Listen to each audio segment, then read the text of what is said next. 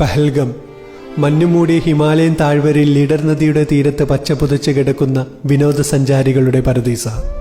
പ്രശസ്തമായ അമർനാഥ് ക്ഷേത്രത്തിലെ വാർഷിക തീർത്ഥാടനം ആരംഭിക്കുന്ന ആധുനികത ഇടിച്ചു കയറാത്ത പ്രകൃതിരമണീയമായൊരു കുന്നിൻ ചെരുവ്. ഇവിടെ കുതിരസവാരിയായും കാൽനടയായും എത്താൻ സാധിക്കുന്ന 5 കിലോമീറ്റർ മാറിയുള്ള മിനി സ്വിറ്റ്സർലൻഡ് എന്ന ഓമന പേരിൽ അറിയപ്പെടുന്ന ഭൂമിയിലെ സ്വർഗം ബൈസരൺ വാലി.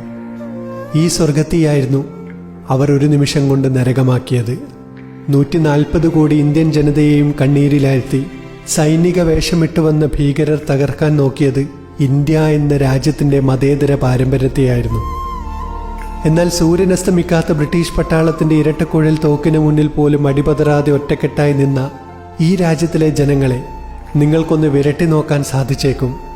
ഒളിഞ്ഞും പാത്തും മറവിലൂടെയും പിറകിലൂടെയും വന്ന് സഹോദരന്മാരുടെ ജീവനെടുക്കാൻ സാധിച്ചേക്കും. പക്ഷേ നിങ്ങൾ ഉദ്ദേശിച്ച പോലെ നടക്കാൻ സാധിക്കാത്തതായി ഒന്നേ ഉള്ളൂ. അത് ഈ നാടിൻ്റെ മതേതരത്വ സ്വഭാവമാണ്. ഇവിടെ ഇങ്ങനെയാണ്.